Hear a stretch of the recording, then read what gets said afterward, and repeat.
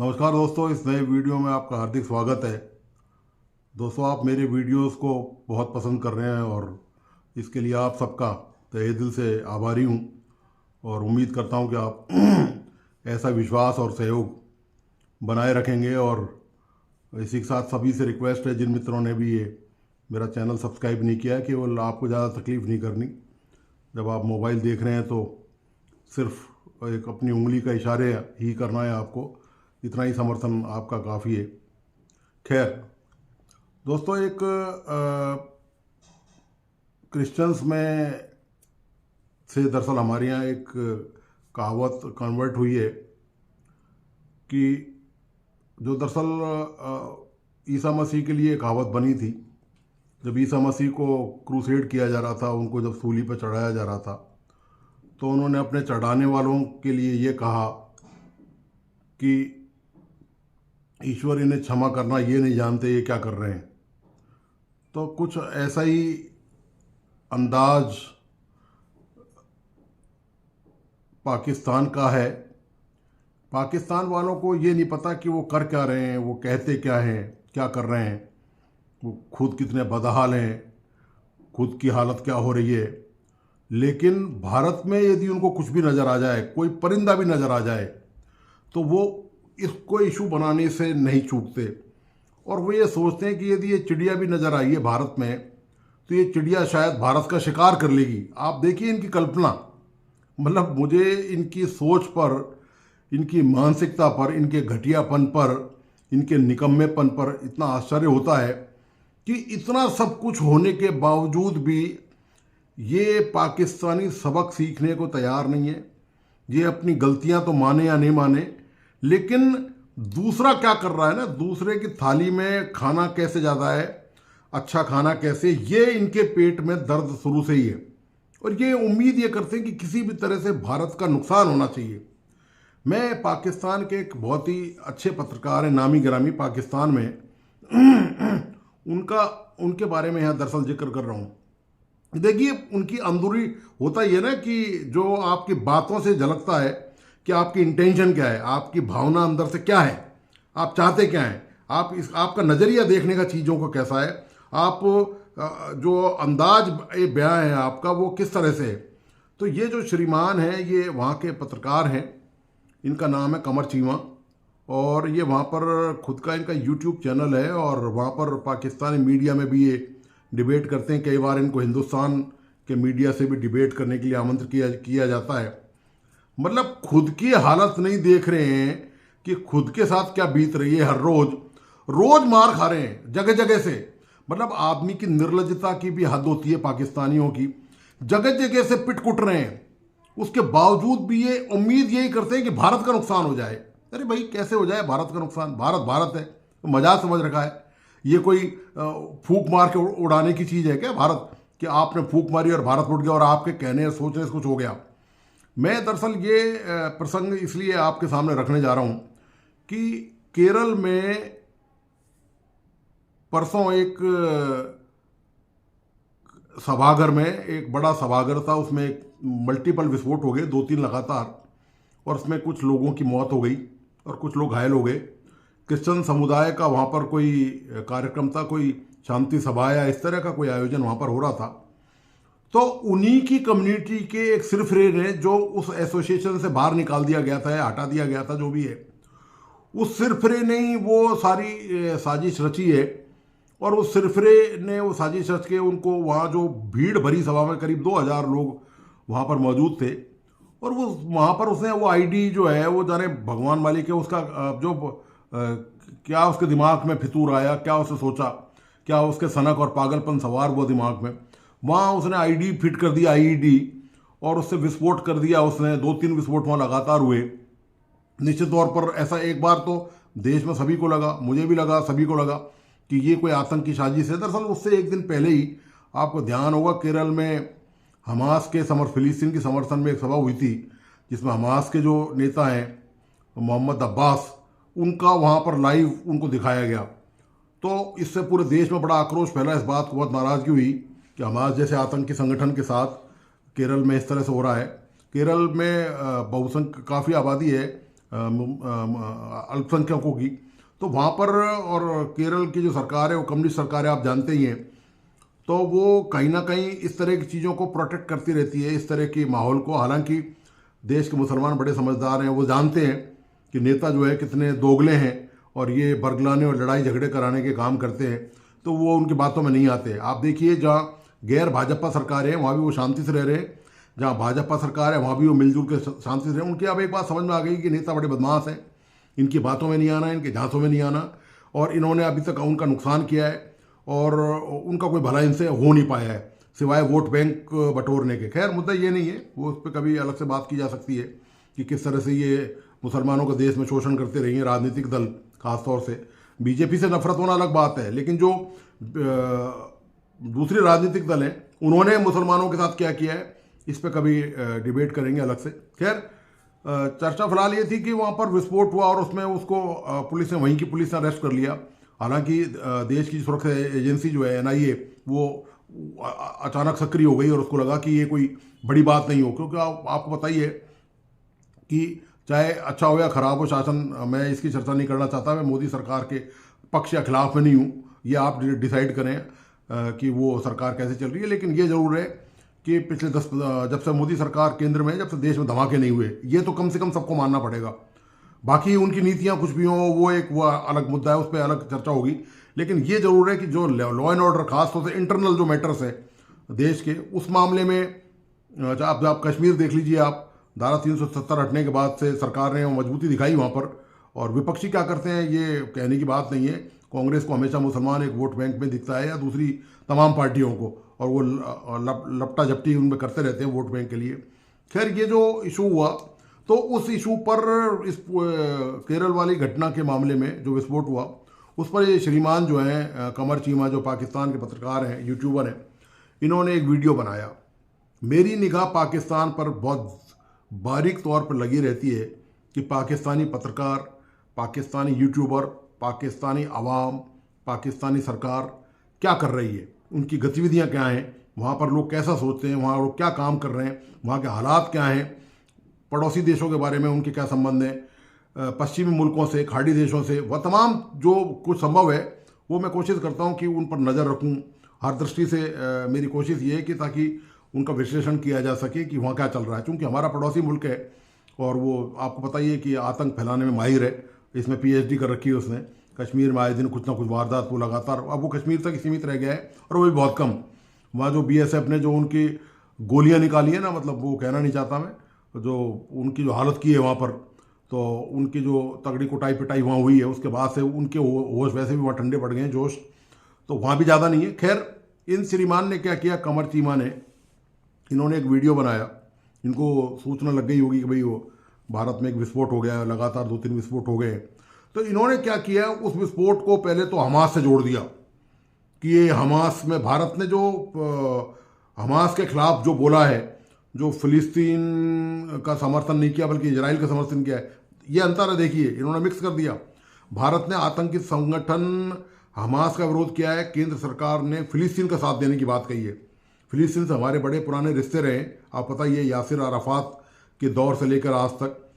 तो लेकिन इसके अलावा इजराइल के लिए भारत खुल के खड़ा हुआ है, क्योंकि इजराइल आतंक के खिलाफ कार्रवाई कर रहा है। हालांकि उसमें मानवता वाले ग्राउंड है, वो एक अलग मुद्दा है, और भारत सरकार उससे सहमति नहीं रखती। भारत सरकार ने स्पष्ट कर भी दिया है। इन श्रीमान ने क्या किया, पहले तो उसको हमास से जोड़ा, और फिर ये उन्होंने एक नई कहानी, ऐसी कहानी पेश की कि आप सुनकर हैरत में पड़ जाएंगे। कहानी उन्होंने क्या पेश की, जनाब कमर चीमा साहब ने, कहानी उन्होंने ये पेश की कि साहब अब जो है ना, ये दूसरा कश्मीर बनेगा। आप देखिए उनके क्या ख्वाब और मंशा हैं, आप इनकी हरकत देखिए। पाकिस्तान जो पूरा ही कश्मीर बन चुका है, वहाँ हर गली इलाका रोज आतंकी हमले होते हैं। वहाँ तहरीके पाकिस्तान तालिबान, TDP जो है, वो आतंकी संगठन है, उसने पाकिस्तान की नाक में दम कर रखा है। इनकी ऐसी हालत बिगाड़ रखी है उसने कि वो उनके नियंत्रण से पूरी तरह बाहर हो चुका है। आए दिन वहाँ मस्जिदों में हमले होते हैं, आए दिन वहाँ कहीं किसी को बम से उड़ा दिया, कहीं किसी गोली मार के हत्या कर दी। ये रोज की उनकी कहानी और दास्तान है, ठीक है। और ये आतंकी इन्हीं के पाले पोसे हैं। जब तो इन्होंने गले लगाया कि हम तो इस्लाम के अनुयायी हैं, हम तो भाई भाई हैं। अब वो भाई ने ऐसा छुरा घोंप रखा है इनके कि इनको होश ही नहीं है, और वो भाई इनको भाई मानने से तैयार ही नहीं है। अफगानिस्तान के लोग जो है वो पाकिस्तान को भाई मानने को ही तैयार नहीं है। ठीक है, ये सब पाकिस्तान का जो निज़ाम है, पाकिस्तान की जो सरकार है, वहाँ के जो तौर तरीके उन्होंने अपनाए हैं ना, जो दुश्मनी के, जो रंजिश के, और जो बदले की भावनाओं की, हिंसा के, ये सब उसको पलट के वापस मिल रहा है। तो इन श्रीमान ने क्या किया कि कश्मीर को बता दिया कि साहब केरल जो है वो, पहले तो केरल के बारे में बताया, उसकी ज्योग्राफी के बारे में कि वहाँ पर कम्युनिस्ट सरकार है और वहाँ की आबादी इतनी है, वहाँ मुसलमानों की परसेंटेज क्या है, ये तमाम चीज़ें बताई। और उसके बाद उन्होंने बताया, उस मुद्दे को कश्मीर से उन्होंने जोड़ दिया। वाह, क्या गजब की बुद्धिमत्ता पाई है भाई साहब ने कि उस मुद्दे को कश्मीर से जोड़ दिया आपने, और ये कहा कि कश्मीर बनेगा। इसका नाम भाई साहब भारत है। 3 बार धूल चटा चुका है, आपको पता है कि नहीं, घर में घुस के मारा था। भूल गए हैं आप, शायद नहीं भूले। किसी माई के लाल की हिम्मत नहीं कश्मीर बना दे। हमने कश्मीर को ठीक कर दिया। कश्मीर तो ठीक है, कश्मीर के लोग बड़े अच्छे हैं, बहुत प्यारे हैं, बड़े खूबसूरत हैं, बड़े दरिया दिल हैं। कश्मीर के लोग अच्छे हैं। जो कश्मीर को बिगाड़ने आए थे उनकी हालत दुरुस्त कर दी है भारत ने। आप बताइए ना, 370 वहाँ पर हटा दिए हमने, और उसके बाद क्या किया है। आप वहाँ कोई धरना प्रदर्शन नहीं हो रहा, वहाँ पत्थरबाजी नहीं हो रही, वहाँ बम विस्फोट नहीं हो रहे, वहाँ स्कूल कॉलेज अब बंद नहीं है। इन श्रीमान को पता नहीं है कि कश्मीर बनाएगा तो उल्टा करके टांग देंगे, अब पता भी नहीं चलेगा कहाँ चला गया। बहुत सारे आतंकियों का वहाँ पता नहीं चलता ना घर वालों को, कि जब वो जाते हैं किसी और नाम से, वहाँ मिलते ही नहीं, उसके बाद लापता हो जाते हैं। फिर वो कहाँ जाते हैं, वो सब BSF की और आर्मी की गोली का शिकार होते हैं फिर वहाँ जाकर। वो तो किसी की ये हिम्मत नहीं ये सोचे। तो ये भाई साहब जो है उसको कश्मीर बनाने पर आमदा है। ये आप देखिए, अब हुआ क्या कि चूंकि वो मामला जांच के दौरान ये निकला कि वो तो उन्हीं के एक समुदाय का, क्रिश्चियन समुदाय का बंदा निकला, जो उनसे बहुत नाराज था उनको उस संगठन से निकाले जाने पर। तो उसने ये YouTube से कहीं से IED बनाना सीख लिया, जो एक विस्फोटक है IED, आपको पता ही है, और वो ट्रिगर से दबाया जाता है। तो वो बनाना सीख लिया, वो उसने बयान वहाँ दिया है। अब भाई साहब ने दूसरा वीडियो बना दिया, ये कमर चीमा साहब ने, कि नहीं, अब वो उस पर बचाव पर आ गए कि ये तो कश्मीर तो बना ही नहीं। कश्मीर क्या, वो तो कश्मीर का बच्चा भी नहीं बना। अब अपना मुंह कैसे छुपाएं। तो भाई साहब ने तरह तरह के फिर वो उस बात को गोल करते हुए एक वीडियो बना दिया, वो आपको बताऊंगा अभी। तो वो वीडियो बना दिया कि नहीं, वो तो वहाँ की एक जांच एजेंसी है और उसने पाया है कि उन्हीं का एक समुदाय का आदमी है। अब वो आ गए इस लाइन पर। अब आप देखिए कि मतलब मंशा क्या है। आप देखिए इनकी हरकत ये है कि पाकिस्तान, मतलब भारत में किसी भी तरह का नुकसान हो, कोई भी ऐसी सांप्रदायिक बात हो, कोई भी ऐसी घटना हो, उसको तिल का ताड़ कैसे बनाया जा सकता है। मतलब वहाँ बैठकर भारत के लोगों को, मुसलमानों को कैसे बरगला सकते हैं। मतलब खुद तो मरे पड़े हैं, खुद के पास दोस्तों ना रोटी है खाने को, पेट्रोल के भाव वहाँ 250-300 रुपये लीटर हैं, आटा का भाव 150 रुपये किलो है। IMF से भीख मांग रहे हैं, 10 बार भीख मांग चुके हैं IMF से कम से कम। इनका ये ऐसे पक्के भिखारी हैं, ऐसा निर्लज्ज भिखारी देश पूरी दुनिया में आपको कहीं नहीं है, जो जगह जगह कटोरा लेके भीख मांग रहा है। और आप मुकाबला भारत से करना चाहते हैं। भारत से क्या मुकाबला करेंगे। भारत ने चांद पर उपग्रह भेज दिया, सूरज पर आदित्य L1 भेज दिया, टेक्नोलॉजी में भारत एडवांस है, IT के मामले में पूरे वर्ल्ड में भारत का डंका बजता है। न जाने कितनी कंपनियों के, मल्टीनेशनल कंपनियों के CEO भारत से हैं। वर्ल्ड बैंक के जो CEO हैं बग्गा, वो भारत से हैं, सरदार जी हैं, और वो भारत से ही हैं। आप कौन सी दुनिया में कौन सी बड़ी पोस्ट पे भारतीय नहीं है। नासा तक में भारतीय काम करते हैं, कहाँ पर भारतीय नहीं है। भारतीयों ने अपना लोहा पूरी दुनिया में मनवाया है। एक ये भिखारी हैं, जहाँ भी जाते हैं वहीं भीख मांगते हैं। अरब ने और ईरान, सऊदी अरब और ईरान में जो भिखारी बंदे हैं जेल में पकड़ के बंद कर दिया है उनको, उनमें से 90% पाकिस्तानी है। तो चीमा साहब, बेहतर ये है कि अपने भिखारियों की बात करो, उनको रोटी पानी का इंतजाम करो, बजाय कि ये ख्वाब देखो कि केरल का हिस्सा या देश का कोई भी दूसरा हिस्सा कश्मीर कैसे बनेगा। और अपनी अकल को थोड़ा दुरुस्त रखें। आप बड़े पत्रकार जरूर हैं, लेकिन बड़े पत्रकार होने का ये मतलब नहीं होता कि हर जगह अपनी जो है बुद्धिमत्ता का फालतू में इस्तेमाल करें। अपनी बुद्धिमत्ता को अपने घर में लगाएं, अपने हालात को देखें। भूखे मर रहे हैं वहाँ पर, सारे भीख मांगते फिर रहे हैं दुनिया भर के देशों में, घर में भीख मांग रहे हैं, भीख नहीं मिल रही है हालत ये। कभी चीन के पास जाते हैं कटोरा लेकर, कभी अमेरिका के पास जाते हैं, कोई रोटी का इंतजाम सुबह की करता है कोई देश, कोई शाम का इंतजाम करता है। तो चीमा साहब, ये हालत है आपके देश की, तो प्लीज़ अपने देश को संभालें। और ज़्यादा पेट में यदि दर्द है ना, तो वो आतंकी वहाँ के आपके वो ठीक कर देंगे आकर। कहीं ऐसा नहीं हो चीमा साहब किस दिन आतंकी आपको उठा ले जाए वहाँ से, और फिर आप बाद में हाय हाय करते डोलें कि ज़्यादा जो है ना इनकी पैरवी करेंगे तो आप यही होगा आपका। और ये ख्वाब देखना दिन में बंद करें कम से कम। लोग तो रात को ख्वाब देखते हैं। आप जीते जागते हुए वीडियो रिकॉर्ड कर रहे हैं और बता रहे हैं कि केरल का वो हिस्सा कश्मीर बन सकता है। आप बताइए, आप इनकी बुद्धि को जो है काट मार गया, लकवा मार गया है। जो इस तरह की कयास लगाते हैं, ये विश्लेषण कर रहे हैं इस तरह का। अब ये विश्लेषण दोस्तों मैंने भी कर दिया आपके सामने, तो उम्मीद करता हूँ कि आपका समर्थन मिलेगा। और प्लीज़ इस यूट्यूब चैनल को लाइक सब्सक्राइब करना नहीं भूलें। मैं आपको इस वीडियो के मेरी बात समाप्त होने के बाद आपको इन चीमा साहब की दोनों क्लिपिंग दिखाता हूँ कि इन्होंने पहले क्या कहा था और ये कैसे पलट गए पहले, जब वहाँ पर आतंकी का कोई हमला नहीं होगा, कोई कार्रवाई नहीं हुई। भारतीय मुसलमान दोस्तों बड़े समझदार हैं। वो जानते हैं कि दूसरा देश है इजराइल और वो लड़ रहे हैं आपस में, हमारा कोई लेन देना नहीं है।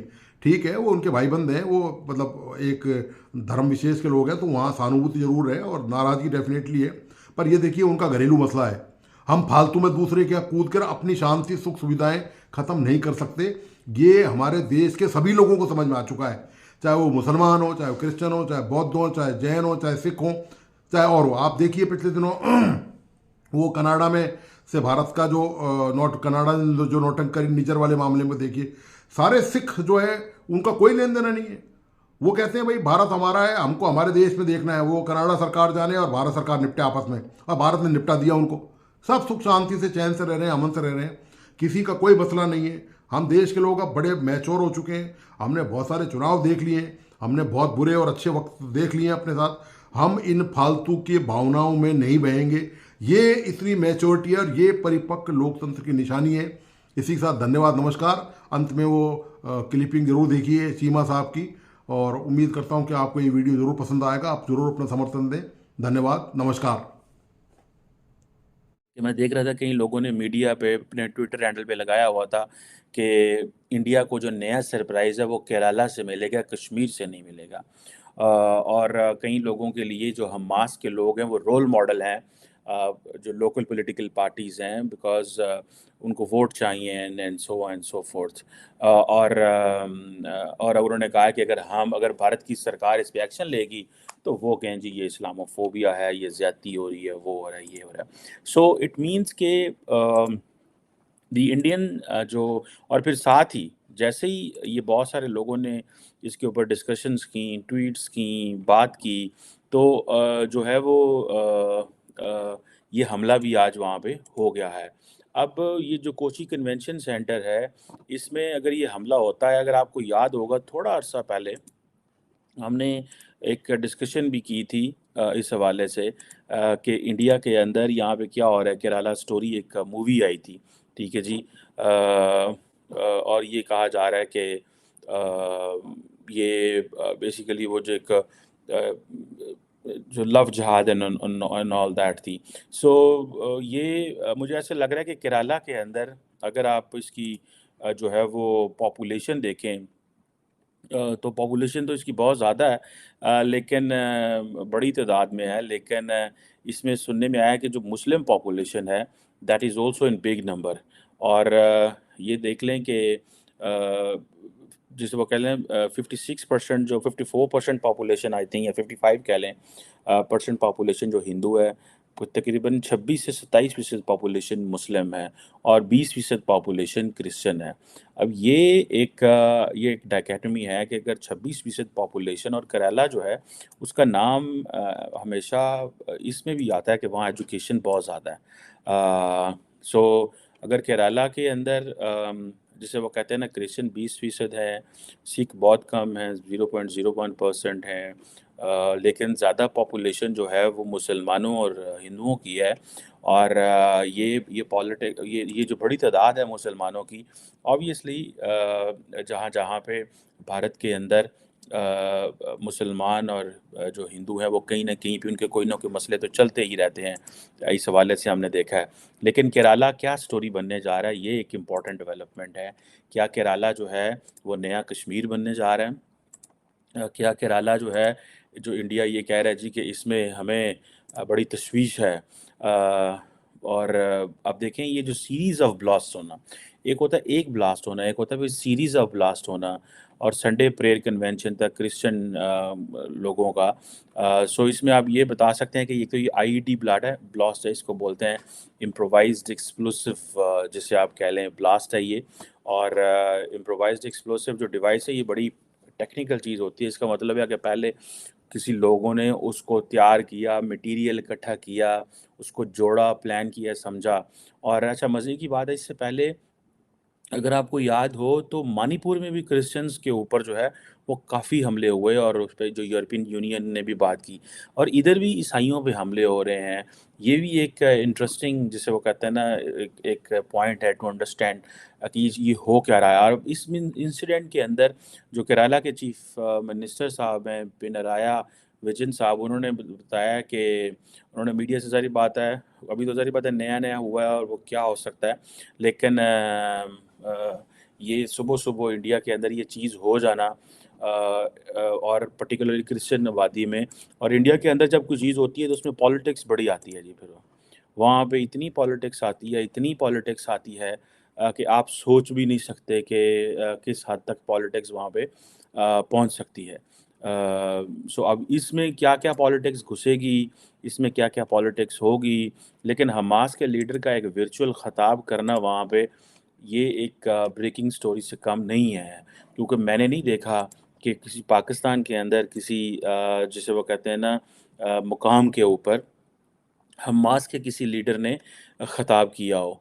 और इसका मतलब ये है कि जो जमात-ए-इस्लामी पाकिस्तान है, वो तो डर रही है। वो तो डरती है क्योंकि उनको पता है कि इसके कॉन्सिक्वेंसेस क्या होते हैं। लेकिन जो जमात-ए-इस्लामी यूथ ग्रुप इंडिया के अंदर है, दे आर वेरी तगड़े लोग हैं। वो बहादुर इस सेंस में हैं कि उन्होंने ये मोल ले लिया, खतरा मोल ले लिया।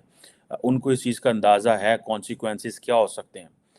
क्या कॉन्सिक्वेंसेस हो सकते हैं, उनको पता है कि जो प्राइम मिनिस्टर नरेंद्र मोदी की गवर्नमेंट है, that is very much pro Israel, that is very much pro, जिसे कहते हैं ना, बीबी नेतन्याहू। और जो जो इस वक्त फ़लस्तीन में, गज़ा में हो रहा है, अभी कल जो वोट हुआ था उधर यूएन जनरल असेंबली में परसों, उसमें इंडिया ने कम्प्लीटली एब्सटेन किया, बल्कि इंडिया साउथ एशिया का वाहिद मुल्क था जिसने एब्सटेन किया, और बाकी किसी मुल्क ने एब्सटेन नहीं किया। सो उससे हमें ये पता चलता है कि क्या मजाज है इंडिया का, इंडियन गवर्नमेंट क्या सोच रही है, इंडियन गवर्नमेंट क्या कर सकती है या क्या कर रही है। लेकिन दूसरी तरफ अगर आप देखें तो ये चीज़ हो जाना वहाँ पे, ठीक है? ये चीज़, इस चीज़ का वहाँ पे हो जाना इज़ समथिंग जो ख़तरे से खाली नहीं है। नरेंद्र मोदी की सरकार हर कोशिश करेगी। देखिए इंडिया के अंदर इलेक्शंस आ रहे हैं, और ये जो इलेक्शंस होते हैं इंडिया के, ये they are full of politics, because एक बड़ा मुल्क है, 1 अरब 40 करोड़ का मुल्क है, तो उनको कुछ ना कुछ इस तरह के मामलात ज़रूर करने पड़ते हैं वहाँ पे लोकली। ठीक है जी। आप देखिए पूरा जो इस वक़्त इंडियन मीडिया है वो ये कह रहा है, क्योंकि एक वीडियो और जो एक एक्शन का रिएक्शन है जी। अब एक्शन का क्या रिएक्शन है कि एक वीडियो आई है खालिद मशअल की, और उसके अगेंस्ट में ये धमाके हो गए हैं। तो उन्होंने कहा जी ठीक है, फिर इसको ऐसे ही हम लेते हैं। तो ये मैं समझता हूँ कि ये एक, मुझे तो इम्पोर्टेंट मैं इसको डेवलपमेंट समझता हूँ। मैं इसको छोटी चीज़ नहीं समझता, इसके कॉन्सिक्वेंसेस होंगे।